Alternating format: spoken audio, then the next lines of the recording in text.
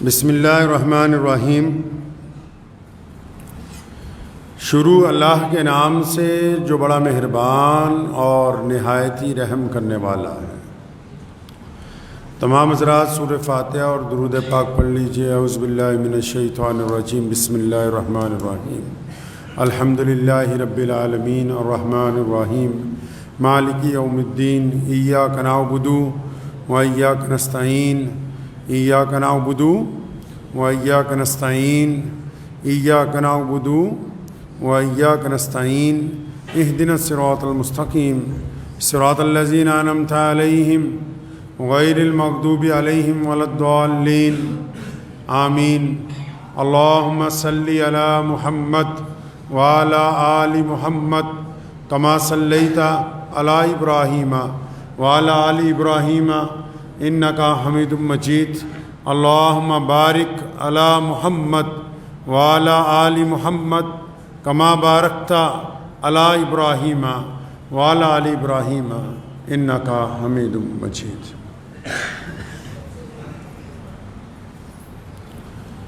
ہزار جدت ترازیوں کے مزاج بدلا کرے زمانہ، مگر یقین رہے گا عامر مزاج باطل وہی پرانا۔ عروج سے بہرور نہ ہوگی کبھی حیات منافقانہ، زباں پہ اسلام کا وظیفہ مگر خیالات کافرانہ۔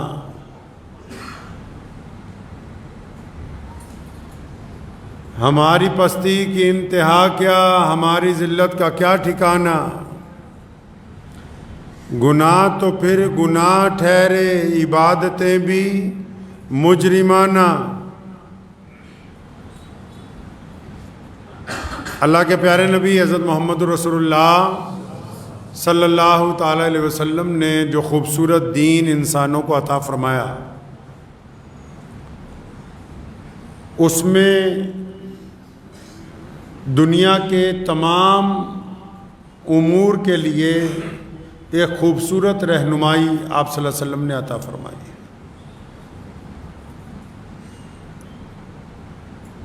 کہ زندگی کے کون سے شعبے میں، کون سے وقت میں، کون سے عمل میں کیا کرنا چاہیے۔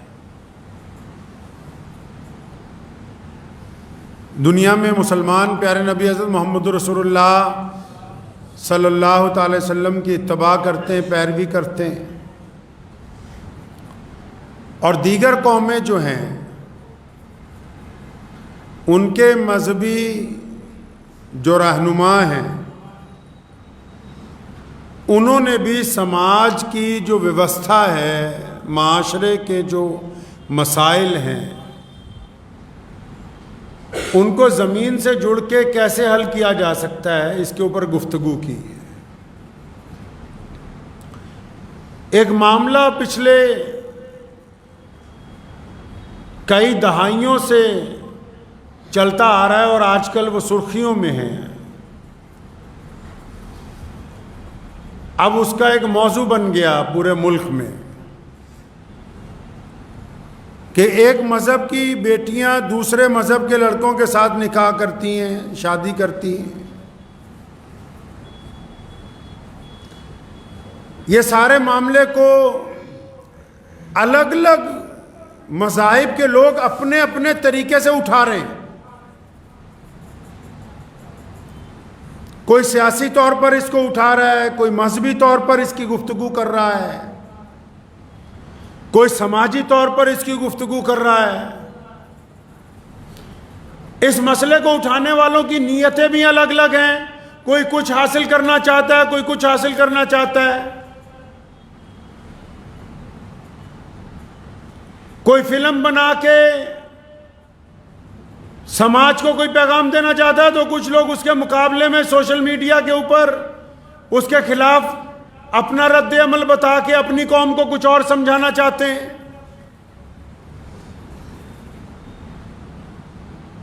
یہ تو نہیں ہو سکتا کہ تالی ایک ہاتھ سے بجتی ہو۔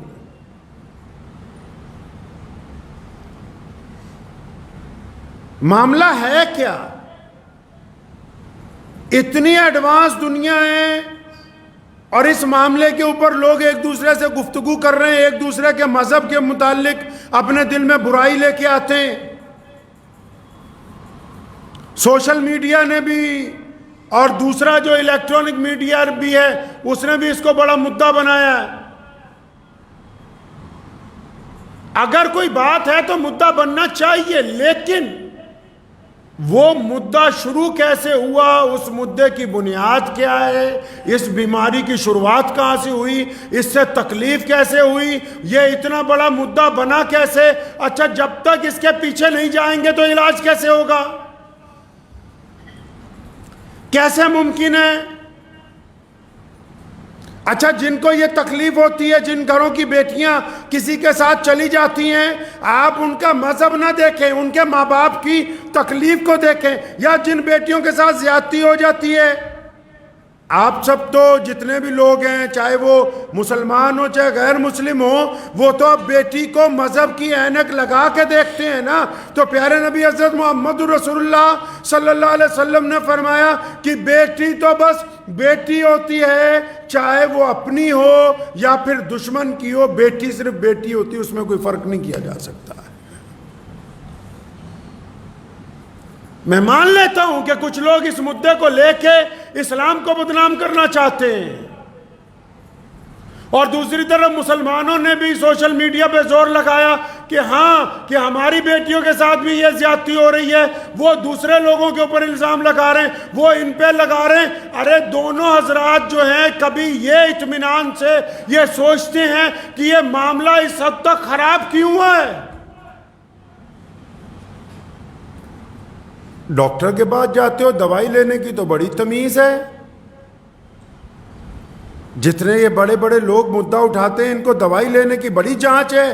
ڈاکٹر اگر لکھنے لگے پرسکرپشن، کچھ لکھنے لگے، نہیں ڈاکٹر صاحب ٹیسٹ کروا لو،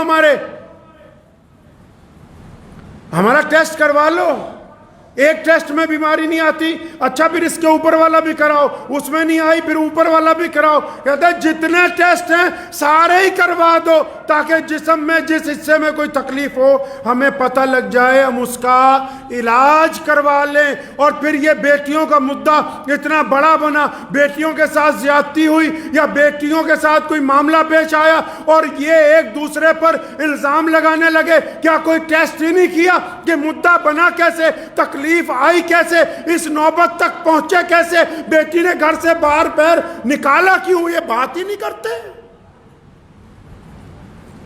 یہ بات کرتے ہو کہ بس فلاں مذہب والے خلاف ہیں، وہ دوسرے بات کرتے ہیں کہ فلاں مذہب والے خلاف ہیں، یہ بات ہی نہیں کرتے کہ بیٹی کو تکلیف کیسے ہوئی، اس کی عزت کیسے بحال ہوگی۔ اور اکثر اس بات کا ذکر میرے والد محترم شیر اسلام مولانا الرحمن لدھیانوی رحمۃ اللہ علیہ فرمایا کرتے تھے کہ بیٹیوں کی تو پڑھائی کرنی ضروری ہے، لیکن بیٹیوں کے ساتھ ساتھ بیٹوں کو بھی تو بچا لو۔ جن گھروں میں زنا ہو جاتا ہے، جن گھروں کے اندر کوئی کسی کی بیٹی کے ساتھ بدماشی کرتا ہے، جن محلوں میں کوئی کسی کی بیٹی کو نکال کے لے جاتا ہے، جن محلوں میں کوئی کسی کی بیٹی کو چھیڑتا ہے، تو میں پہلے ان سے پوچھتا ہوں یہ جو درندگیاں ہوتی ہیں، یا بیٹیوں کو جلا دیا جاتا ہے یا کوئی بیٹی کے ٹکڑے کر دیتا ہے، یہ جو درندے ہیں یہ کیا کسی باہر کے ملک سے امپورٹ ہو کر آ رہے ہیں یا کسی ودیشی طاقت نے ان کو یہاں بھیجا؟ یہ جن پر مقدمے درج ہوتے ہیں یہ کیا آس پاس پڑوسی ملکوں سے آتے ہیں؟ یہ نوجوان کہاں پیدا ہوتے ہیں؟ کیا یہ اسی معاشرے میں جنم لینے والے وہ بیٹے نہیں ہیں جن کے ماں باپ نے ان کو بیٹیوں کی عزت اور تمیز ہی نہیں سکھائی؟ یہ کہاں سے آئے؟ یہ بھی تمہارے ہی گھروں میں، انہی محلوں میں، انہی مذہب کے ماننے والوں میں، چاہے وہ مسلمان ہو یا غیر مسلم ہو، اسی ملک کے اندر پیدا ہوئے جو بیٹیوں کے ساتھ زیادتی کرتے ہیں۔ یہ باہر سے نہیں آئے کہیں سے، بیماری کی بات ہی نہیں، الزام تراشی کی بات ہے، بیماری کی بات ہی نہیں، ایک دوسرے کے اوپر کیچڑ اچھالنے کی بات ہے۔ کبھی ان سے بھی پوچھو جو اس تکلیف میں مبتلا ہو گئے کہ بات کیا ہو گئی، بتاتے کیوں نہیں، کہتے کیوں نہیں؟ چاہے جس مرضی مذہب اور قوم کے ماننے والے، بتاتے کیوں نہیں کہ ہم نے نکاح کو، ہم نے شادی کو اتنا مہنگا کر دیا، ہم نے شادی اتنی بری بنا دی، ہم نے برادریوں کی دیواریں اتنی اونچی کر دی ہیں، ہم نے ذات پات کی اتنی لمبی خندق کھود دی ہے کہ بیٹیاں کھڑی اس پار دیکھتی ہیں کہ ہمارے ماں باپ کے پاس اگر اتنی دولت ہوگی تو ہمارا بیاہ ہوگا۔ بیٹیوں کو صاف نظر آ رہا ہے کہ یہاں تو سودے بازی ہو رہی ہے، یہاں شادیاں نہیں ہو رہی ہیں۔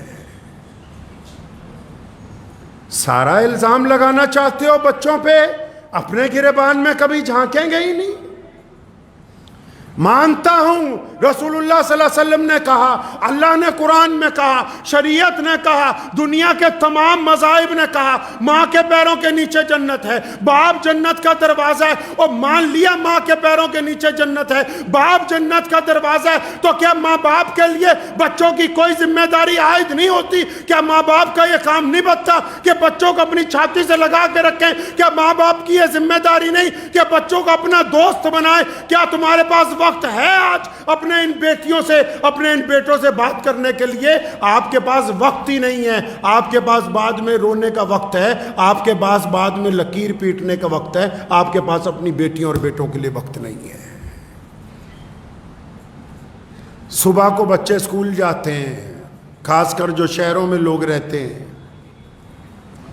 ماڈرن ماں سوچتی ہے بڑھیا ہے، جلدی اسکول بھیجو، ٹائم پہ بھیجو، چھٹی نہیں ہونی چاہیے، 8 گھنٹے ٹینشن فری رہوں۔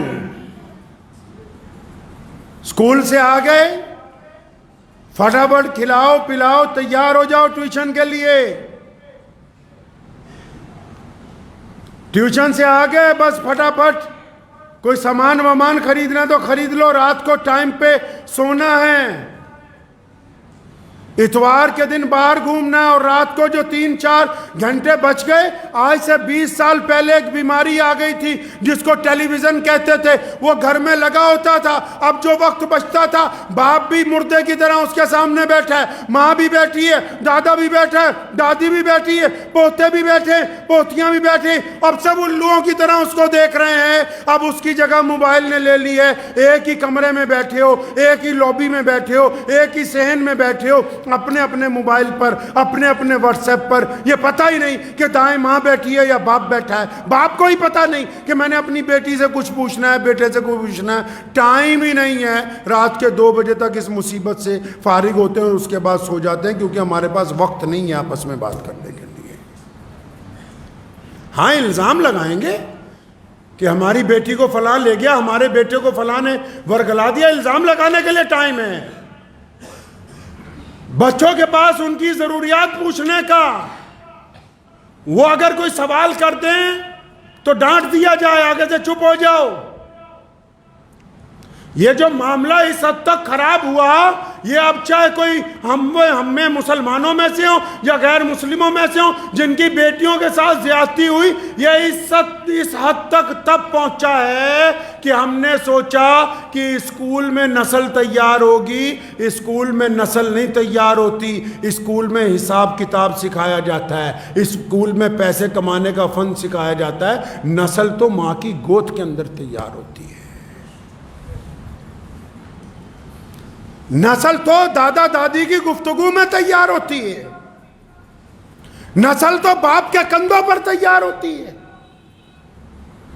ان کو کس نے بتایا کہ نسل جو ہے کالجوں میں تیار ہوگی؟ نسل تو معاشرے میں، اپنے سماج میں، اپنی برادری کے بڑے لوگوں میں، اپنے معاشرے میں، اپنے مذہبی مقامات پر نسل تیار ہوتی ہے، جس کو یہ سمجھایا جاتا ہے کہ بڑوں کی عزت کیسے ہوگی، چھوٹوں سے محبت کیسے ہوگی، حلال کے پیسے کون سے ہیں، حرام کا پیسہ کون سا ہے، ماں کی عزت کیسے کرنی ہے، بہن کی عزت کیسے کرنی ہے، دوسری کے بیٹی کو آنکھیں جھکا کر کیسے گزرنا دینا ہے۔ نسل تو اس گھر میں تیار ہونی تھی جس گھر میں ملٹی میڈیا موبائل ان کو پکڑا دیا ہے۔ اب تو نسل تیار ہی نہیں ہو رہی، اب تو صرف مشینیں تیار ہو رہی ہیں۔ چمن کے وہ خود پرست مالی جنہیں خزاں راس آ گئی ہو، چمن کے وہ خود پرست مالی جنہیں خزاں راس آ گئی ہو وہ کیوں کر یہ دعا کریں گے، چمن میں فصل بہار آئے، متاع گلشن کچھ ایسی بانٹی میرے وفادار دوستوں نے، نہ ان کے دامن میں پھول پہنچے نہ میرے دامن میں خار آئے۔ کتنے مہینوں سے یہ معاملہ چل رہا ہے، لیکن کسی بھی مذہب کے رہنما میں، چاہے ہم ہوں یا سامنے دوسرے مذہب والے ہوں، انہوں نے اپنے لوگوں کو نہیں سمجھایا کہ ایک دفعہ ہم بھی اپنے گریبان میں جھانکیں، ہم اپنی بیٹے اور بیٹیوں کی تربیت کی طرف توجہ دیں، ہم بیماری کی طرف توجہ دیں۔ ہاں، ایک دوسرے پر الزام لگانے میں اس بات کی ہمیں سہولت مل جاتی ہے کہ ہماری قوم والے کہتے ہیں کہ واہ جی، یہ تو ہمارا بڑھیا لیڈر ہے، اس نے دوسری قوم والوں کے خلاف بہت اچھا بولا ہے۔ تو بیماری تو وہیں کی وہیں، پہلے بیماری کیوں نہیں تھی؟ پہلے یہ بیماری کیوں نہیں تھی؟ اگر کسی کو بھوک لگی ہے، کھانا دو گے کہ نہیں دو گے؟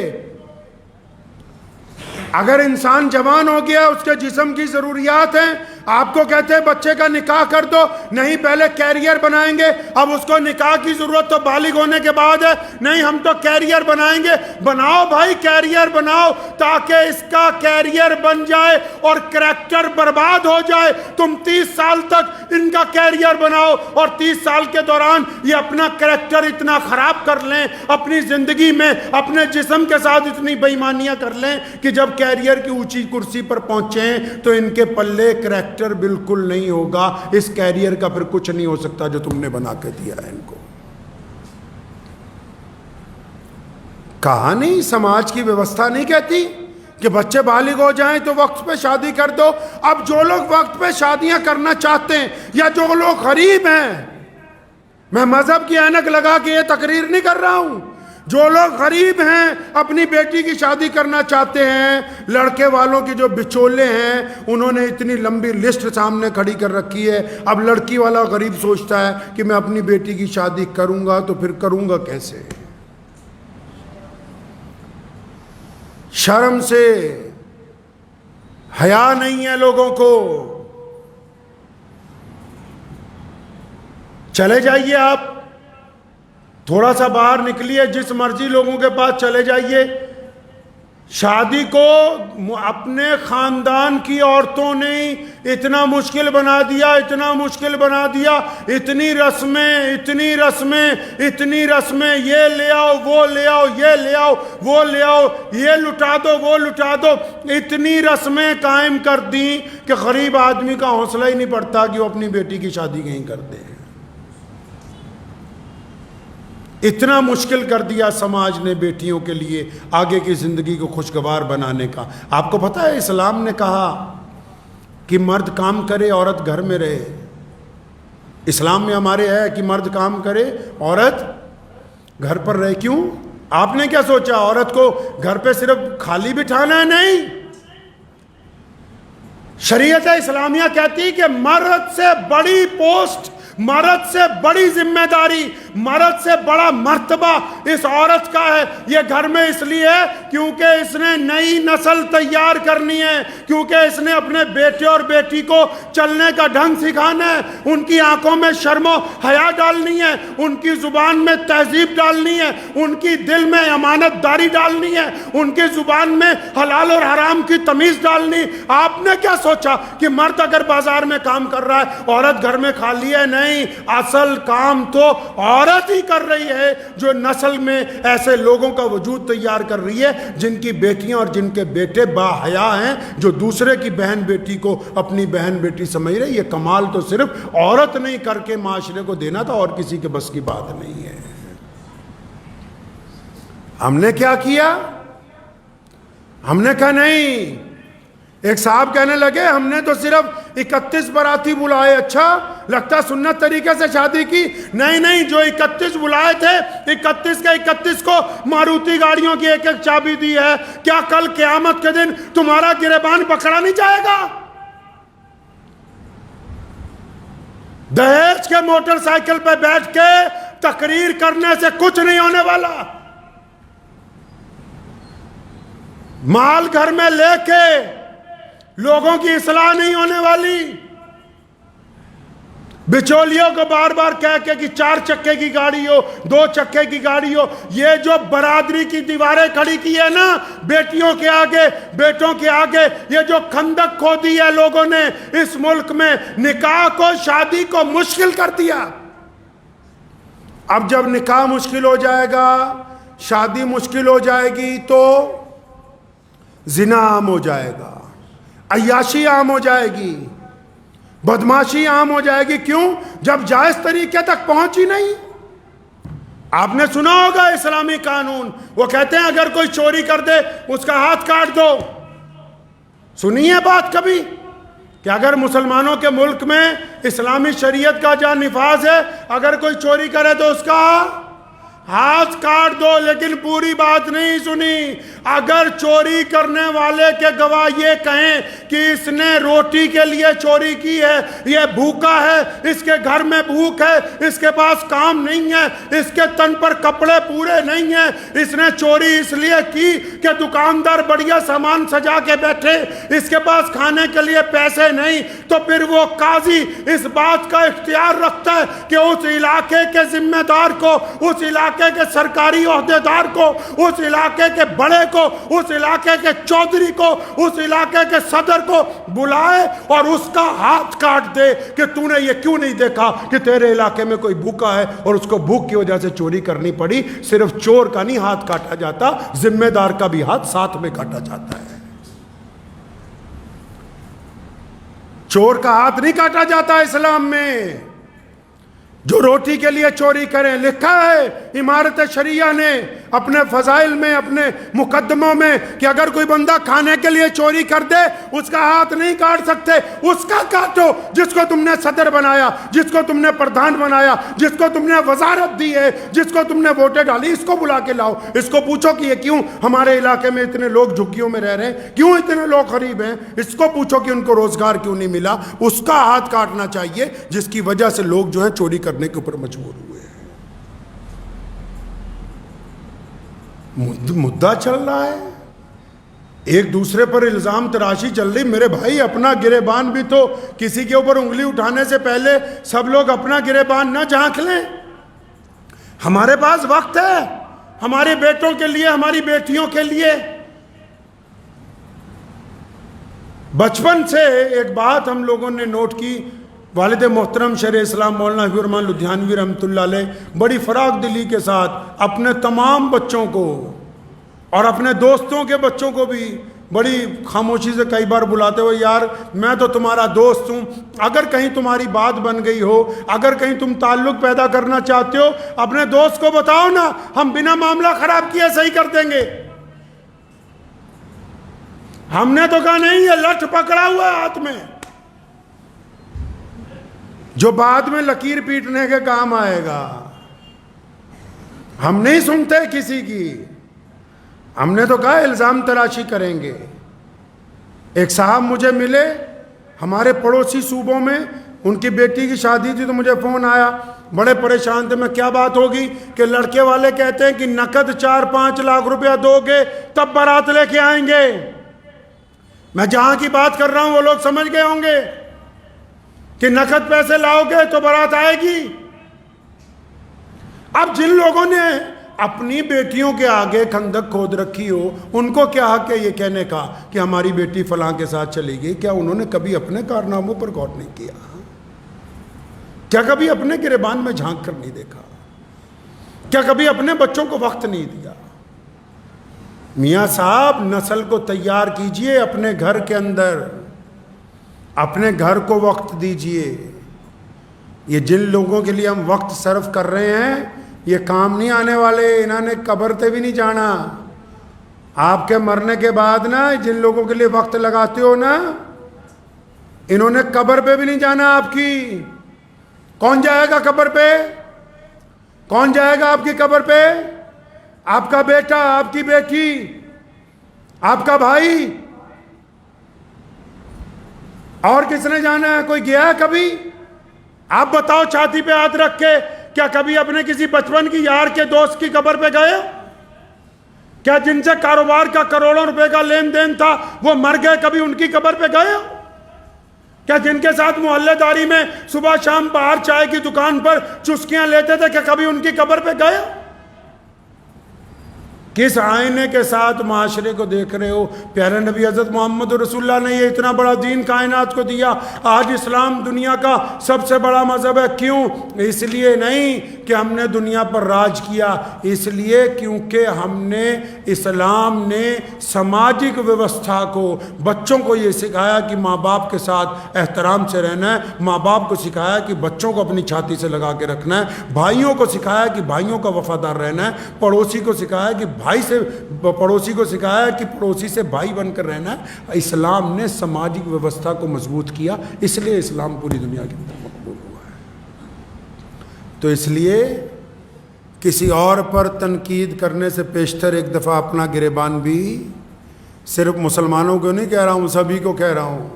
ہم اس ملک میں رہتے ہیں، چاہے الگ الگ مذہبوں کے ماننے والے ہوں، الگ الگ سماج اور برادریوں کے لوگ ہوں، لیکن جب کرونا آیا تو گھروں میں تو سب کو ہی بند ہونا پڑا. جب وبا پھیل گئی تو دروازے تو سب کے ہی بند ہو گئے. سیلاب آتا ہے تو پانی تو ہر ایک گھر میں جاتا ہے. قحط پڑتا ہے تو مصیبت تو سب پہ ہی آتی. تو اگر یہ بیماری ہے، اس کو بیماری کو تسلیم کر لیں کہ ہاں یہ تکلیف ہے، تو پھر بیٹیوں کے ساتھ ساتھ پہلے اب بیٹوں کو بھی بچا لیا جائے. بیٹیوں کو پڑھانے کے ساتھ ساتھ بیٹوں کو بھی عقل سکھا دی جائے.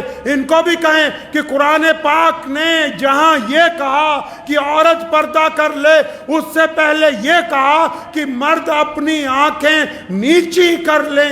آپ کو یہ اختیار نہیں دیا گیا کہ آپ کسی کی بیٹی کے اوپر زنا کی نگاہ ڈالیں. اسلام نے آپ کو یہ اختیار نہیں دیا.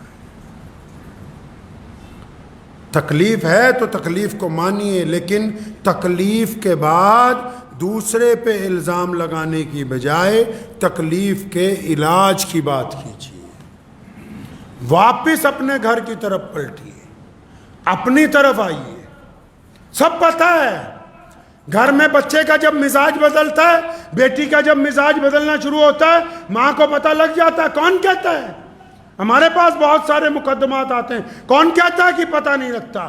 ماں کو ایک دن میں پتہ لگ جاتا ہے کہ بیٹے کا کیا مزاج بدل گیا، بیٹی کا کیا مزاج بدل گیا. پھر بھی اگر اولاد کی کوتاہیوں پہ آپ پردہ ڈال کے آنکھیں بند کرنا چاہتے ہیں تو پھر آمنے سامنے ایک دوسری قوموں کو قصورواد مت ٹھہرائیے، پھر تو قصور بندے کا اپنا ہی ہے. تو امید ہے کہ انشاءاللہ تعالی ہم لوگ اور باقی لوگ بھی جو اس ملک میں الگ الگ طریقے سے رہتے ہیں، ایک دفعہ ہم اپنے بیٹوں کی طرف، اپنی بیٹیوں کی طرف محبت کی نگاہ سے. دنیا میں طاقت سے کچھ نہیں جیتا جا سکتا، پیار کے ساتھ تمام مسائل کا حل کیا جا سکتا ہے. تو ایک دفعہ پھر ہم لوگ اپنے گھر کی طرف متوجہ ہوں. بیماری ہے یا نہیں ہے، ہمیں اپنا شیڈیول جو ہمارا سارا دن کا طریقہ ہے اس کو پہلے چیک کرنا ہے. کتنے گھنٹے ہم اپنے بچوں کے لیے دے رہے ہیں، کتنی دفعہ ہم ان سے گفتگو کرتے ہیں، کتنی دفعہ ہم ان کے مسائل کو دیکھتے ہیں، کتنا ہم ان کو سمجھتے ہیں. صرف محبت ہونا کافی نہیں ہے اولاد سے، محبت کے تقاضوں کو پورا کرنا بھی نہایت ضروری ہے. دعا کیجئے کہ اللہ تعالیٰ مجھے بھی اور آپ سب کو اس پہ عمل کی توفیق عطا فرمائے. وآخر دعوانا ان الحمدللہ رب العالمین.